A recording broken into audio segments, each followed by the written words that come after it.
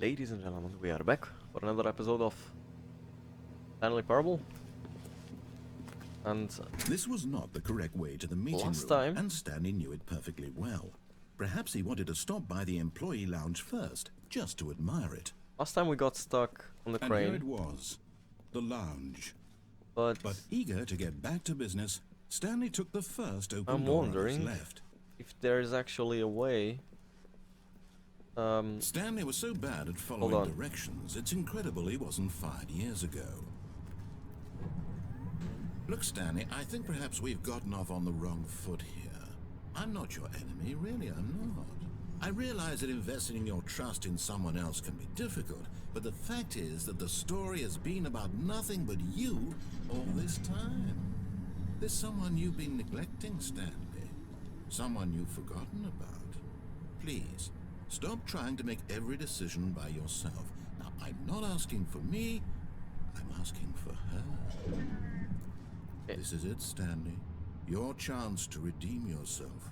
To put your work aside. To let her back into your life. She's been waiting. we tried jumping down there, but we got stuck, and we would die either way. We tried going there, and if I remember correctly, he would just show us a phone right here. But That's her, yeah, Stanley. that thing over You there. need to be the one to do this. Oh, no, you can't. Oh. Did you just unplug the phone? Yes. That wasn't supposed to be a choice. How did you do that? You actually chose incorrectly? I didn't even know that was possible. Let me double check. No, it's definitely here, clear as day. Stanley picks up the phone. He's taken to his apartment where he finds his wife, and the two pledge themselves to one another. Music comes in, fade to white, roll credits. Not picking up the phone is actually somehow an incorrect course of action. How is that even possible? None of these decisions were supposed to mean anything. I don't understand. How on earth are you making meaningful choices? What did you... Wait a second. Did I just see... No, that's not possible. I can't believe it. How had I not noticed it sooner? You're not Stanley. You're a real person. I can't believe I was so mistaken. This is why you've been able to make correct and incorrect choices. And to think I've been letting you run around in this game for so long. If you'd made any more wrong choices, you might have negated it entirely. It's as though you completely ignored even the most basic safety protocol for real-world decision-making. Or did you not grasp the severity of the situation? Well, I won't have that kind of risk on my watch. I'm going to stop the game for a moment so we can educate you properly on safe decision-making in the real world. Please observe this helpful instructional video. Okay. Choice. It's the best part of being a real person. But if used incorrectly, can also be the most dangerous. For example, in this scenario, a hypothetical real person named Stephen has a choice. He could spend years helping improve the quality of life for citizens of impoverished third world nations. Or he could systematically set fire to every orphan living in a 30-kilometer radius of his house. Which choice would you make? Remember that unlike here, the real world makes sense, and at no time should you make a choice that does not conform to rational logic. If you find yourself speaking with a person who does not make sense, in all likelihood, that person is not real. Allow the person to finish their thought, then provide an excuse why you cannot continue talking. Turn to a partner and practice saying, "My goodness, is it 4:30? I'm supposed to be having a back, sack, and crack." Okay, let's practice. Okay. Excellent. Making choices on a regular basis is the best part to a healthy decision-making process. Most medical professionals recommend making at least 8 choices per day. Do you make more than 8? Less? And finally, if you begin to wonder if your choices are actually meaningful and whether you'll ever make a significant contribution to the world, just remember that in the vast infiniteness of space, your thoughts and problems are materially insignificant, and the feeling should subside. At this time, your instructor will guide you in an exercise to test and reinforce the material covered in this video. Ah, welcome back. You may have noticed that this room has begun to deteriorate as a result of narrative contradiction. But not to worry. Now that you're properly informed on good decision-making, we're going to revisit a choice you made just a few minutes ago and see what the correct thing to do would have been. This way, please. Okay.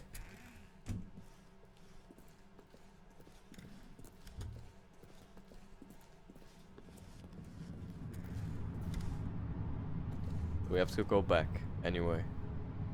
Can I open the door? Can I? No. Fine. We'll go back. That's what you want. Now that we know your choices are meaningful, we can't have you jumping off the platform and dying. Imagine the main character dying senselessly halfway through the story. That story would make no sense at all. We just need to get you home as soon as possible before the narrative contradiction gets any worse. Unfortunately, it seems this place is not well equipped to deal with reality. Now that you know that I'm a real player. Requires a card. Is there a mystery to this door? Oh well, fine, let's go.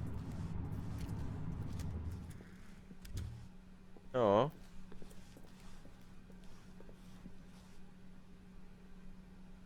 What's with these watches? What order of... Almost there. You'll take the door on the left, back to the correct ending, the story will have resolution once again, and you'll be home free in the real world. Fine, fine. I'll follow the story. Just... Now remember, all you need to do is behave exactly as Stanley would.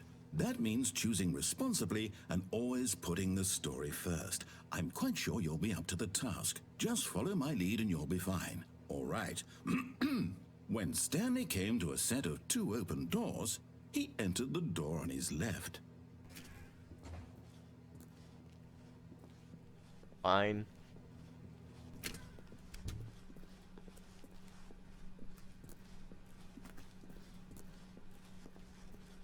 Yet there was not a single person here either.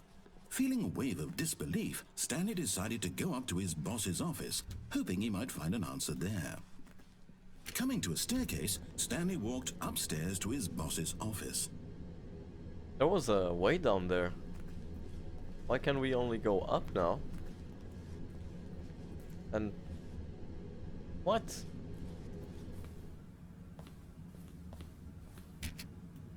There was a thingy here saying executive bathroom. Why is this different? Why is this green?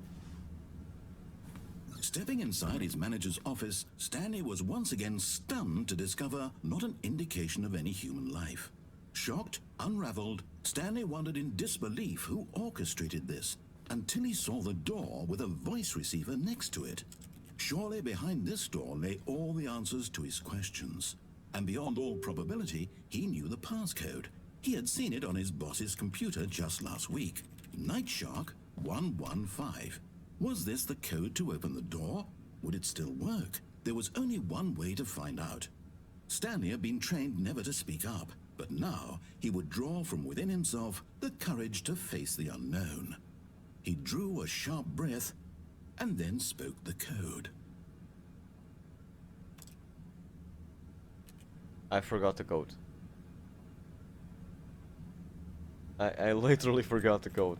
1, 2, 3, 4. Stanley spoke the code. Nightshark 115. He spoke it into the receiver, right there on the wall.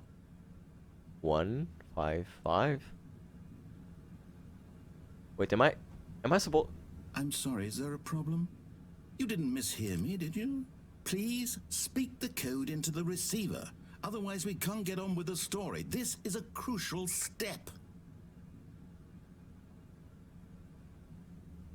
155? Okay, fine. You're not gonna do it. But you know what?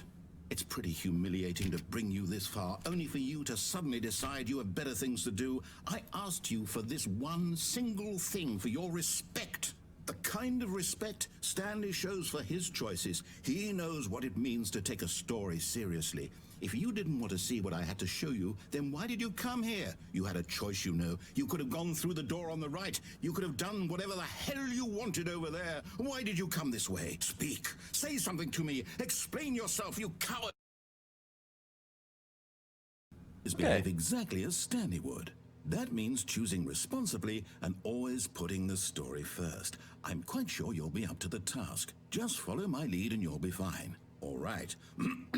When Stanley came to a set of 2 open doors, he entered the door on his left. I will go to the left. Again. And again. And again. Yet there was not a single person here either. Feeling a wave of disbelief, behave exactly as Stanley would. That means choosing responsibly and always putting the story first. I'm quite sure you'll be up to the task. Just follow my lead and you'll be fine. All right. When Stanley came to a set of 2 open doors, he entered the door on his left. What the hell is happening here? I went through the left. I'm going back there. Just... Yet there was not a single person here either. Fine. Feeling a wave of disbelief. God damn it, what's happening? Behave exactly as Stanley would. That means choosing responsibly and always putting the story first. I'm quite sure you'll be up to the task. Just follow my lead and you'll be fine. All right. When Stanley came to a set of 2 open doors, he entered the door on his left. Okay, I am so goddamn confused. No! Why did you do that? Quickly, hurry back in the other direction. Perhaps we're not too late. Ah, we broke the game.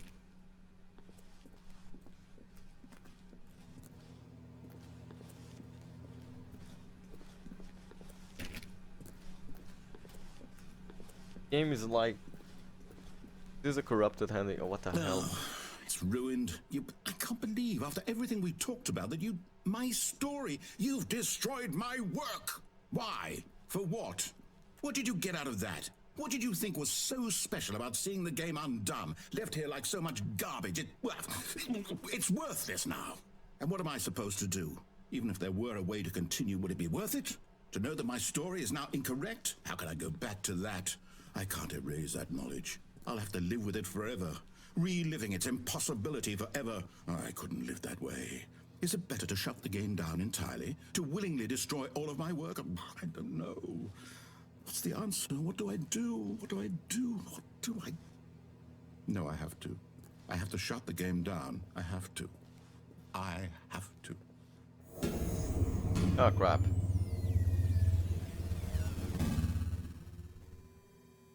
What have we done?